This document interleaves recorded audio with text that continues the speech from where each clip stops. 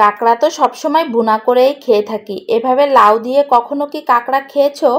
অবশ্যই সেটা কমেন্টে জানিও। যদি না খেয়ে থাকো, আজকে আমার রেসিপিটি ফলো করে অবশ্যই একবার হলেও ট্রাই করে দেখো। কাঁকড়া রান্না করার জন্য প্রথমে একটা মশলা বানিয়ে নিব। মশলার ভিতর আমি নিয়েছি জিরে, ধনিয়া, তেজপাতা, শুকনা মরিচ, নিয়েছি গরম মশলা আর নিয়েছিলাম 1 চামচের মতন ঘরে রেগুলার ব্যবহার করা যে কোনো ধরনের চাল। সেটা দিয়ে এখন খুব ভালো করে হলো আমি মশলাটা ভেজে নিব। একেবারে আস্তে আস্তে নেড়ে চেড়ে মশলাটা ভেজে নিতে হবে, তাহলে কিন্তু মশলাটা একেবারে পারফেক্ট হবে। তারপর কিন্তু ব্লেন্ডারে গুঁড়ি করে নিয়েছি। এখন কাঁকড়াগুলো কাটার জন্য সবকিছু খুলে নিয়েছি। কাঁকড়া কাটা প্রায় শেষ। দেখো কাঁকড়াটা এত সুন্দর হয়েছে, কি বলবো, প্রতিটা কাঁকড়ায় ঘিলু পুরোপুরি ভরা ছিল। দেখে তো খুব ভালোই লাগতেছিল, কারণ কাঁকড়ার কালারটা যদি এরকম কমলা কালারের ঘিলুই পুরা থাকে, তাহলে সেই কাঁকড়া খেতে অনেক মজা লাগে। আর আজকে এই ঘিলু ভরা কাঁকড়া দিয়ে রান্না করব লাউ। তার জন্য প্রথমে তেল দিয়ে দিয়েছি কড়াইতে, তার মাঝে জিরে ফোড়ন করে নিয়েছি আর দিয়েছি তেজপাতা। এখন কেটে রাখা আলু দিয়ে দিলাম। আলুটা দিলে মজা লাগে অনেক। অনেকে শুধু লাউ দিয়েই রান্না করে, আমি কিছুটা পরিমাণ আলু দিয়ে দিয়েছি।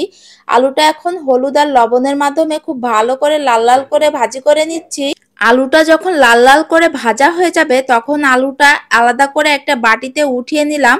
আর এখন এই কাঁকড়াতে বেশ কিছুটা ঘিলু হয়েছিল, সেই ঘিলুটা হলো আমি তেলের মাঝে একটু ভাজি করে নিব। এইভাবে দিয়ে রেখে দিলে কিন্তু ঘিলুটা ভাজি করা হয়ে যাবে। আর এদিকে কাঁকড়াটা দেখিয়ে দিচ্ছিলাম যে আজকে লাউ আর কাঁকড়া রান্না করব, সেটাও কিন্তু খুব ভালো করে কেটে ধুয়ে নিয়েছি। কাঁকড়ার ডিমটা প্রথমে এক পাশ হয়ে গেলে তারপর আর এক পাশ উল্টে দিতে হবে। খুব সুন্দর একটা চপ ভাজির মতন হয়ে যাবে। এটা আমি উঠিয়ে রেখে দিব, তাহলে কিন্তু এটা খেতে খুব ভালো লাগে। কাঁকড়ার এই ডিমটা এভাবে ভাত দিয়ে খেতেও অনেক মজা লাগে, কিন্তু আজকে আমি ঝোলের মাঝে ব্যবহার করব। এখন ওই তেলে আমি কাঁকড়াগুলো খুব ভালো করে একটু লবণ হলুদ দিয়ে ভাজি করে নিচ্ছি। কাঁকড়াগুলো লাল লাল করে ভাজি করলে খেতে কিন্তু অনেক মজা লাগে। আর সবসময় তো আমরা কাঁকড়া ভুনাই খেয়ে থাকি, কখনো তো এইভাবে সিম্পল ভাবে রান্না করা হয় না। এভাবে সিম্পল ভাবে রান্না করলে কিন্তু কাঁকড়া খেতে অনেক মজা লাগে। কাঁকড়ার মাঝে এখন কিছুটা পরিমাণ শুকনো মরিচের গুঁড়া দিয়ে দিয়েছি, তার মাঝে কিন্তু এখন লাউগুলোও দিয়ে দিলাম। আর আলুগুলো তো আগে থেকে ভাজি করে উঠিয়ে নিয়েছি। প্রথমে কাঁকড়ার সঙ্গে লাউগুলো খুব ভালো করে একটু মিশিয়ে নিব, তারপর কিন্তু ভেজে রাখা আলুগুলো দিয়ে দিচ্ছি। আলুগুলো যেহেতু ভাজা আছে, আলুটা সেদ্ধ হতে একটু কম সময় লাগবে। এখন আরও কিছুটা পরিমাণ লবণ আর কিছুটা পরিমাণ হলুদ দিয়ে খুব ভালো করে নেড়ে চেড়ে নিচ্ছি। লাউ, আলু এবং কাঁকড়া একসঙ্গে খুব ভালো করে কষানো হয়ে গেলে তারপর দিয়ে দেব পরিমাণ মতন জল।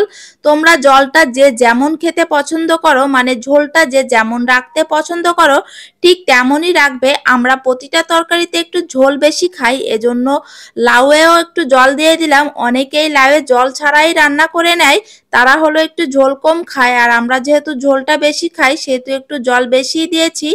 তারপরে ওই যে ভেজে রাখা কাঁকড়ার যে ডিমটা, সেটাও দিয়ে দিয়েছি। আর প্রথমে যে ভাজি করা মশলাটা গুঁড়ো করে নিয়েছিলাম, সেই মশলাটা দিয়ে খুব ভালো করে একটু মিশিয়ে তারপর কিন্তু নামিয়ে নিলে রেডি এই লাউ দিয়ে কাঁকড়া।